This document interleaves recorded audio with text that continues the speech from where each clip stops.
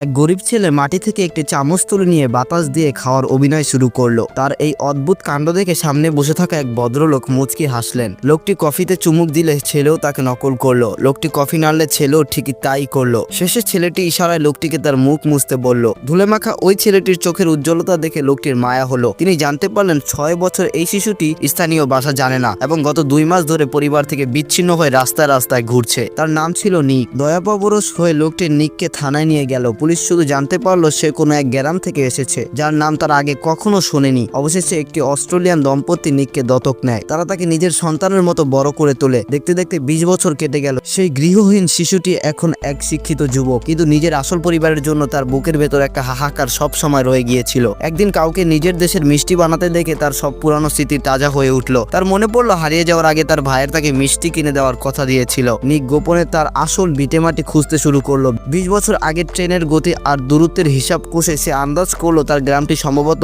16,600 kilometre দূরে ছিল। 1 বছর ধরে সে মানচিত্রের একটি এলাকা তন্ন তন্ন করে খুঁজলো, কিন্তু কিছুই পেল না। এই নেশা তাকে এতটাই পেয়ে বসলো যে সে তার দত্তক বাবা মায়ের সাথেও দেখা করা বন্ধ করে দিল। একদিন তার দত্তক বাবা তাকে খুঁজে বের করলেন এবং জানলেন যে তার মা অসুস্থ হয়ে পড়েছে। নিক যখন বাড়ি ফিরে তার মাকে দেখলো, তার মনে এক অদ্ভুত অপরাধবোধ তৈরি হলো। তার মনে হলো আসল পরিবারকে খোঁজা মানে তার দত্তক বাবা মায়ের সাথে বিশ্বাসঘাতকতা করা। নিক ভেবেছিল তার মা তাকে হয়তো এজন্য দত্তক নিয়েছিল কারণ তিনি মা হতে পারতেন না, কিন্তু তার মা তাকে এক অবাক করা সত্য জানালেন। তিনি বললেন তিনি মা হতে পারতেন ঠিকই, কিন্তু তিনি চেয়েছিলেন নিকের মতো এক অসহায় শিশুর জীবন বদলে দিতে। তিনি নিককে তার আসল পরিবার খোঁজার জন্য আরো উৎসাহ দিলেন। নিক বুঝতে পারলো যেখানে ভালোবাসা আছে সেখানেই ঘর। ঠিক তখনই গল্পের মোড় ঘুরে গেল। সে আগের সব গাণিতিক হিসাব বাদ দিয়ে স্যাটেলাইট ম্যাপের ওপর চোখ বুলাতে শুরু করলো, আর হঠাৎ তার সামনে ভেসে উঠলো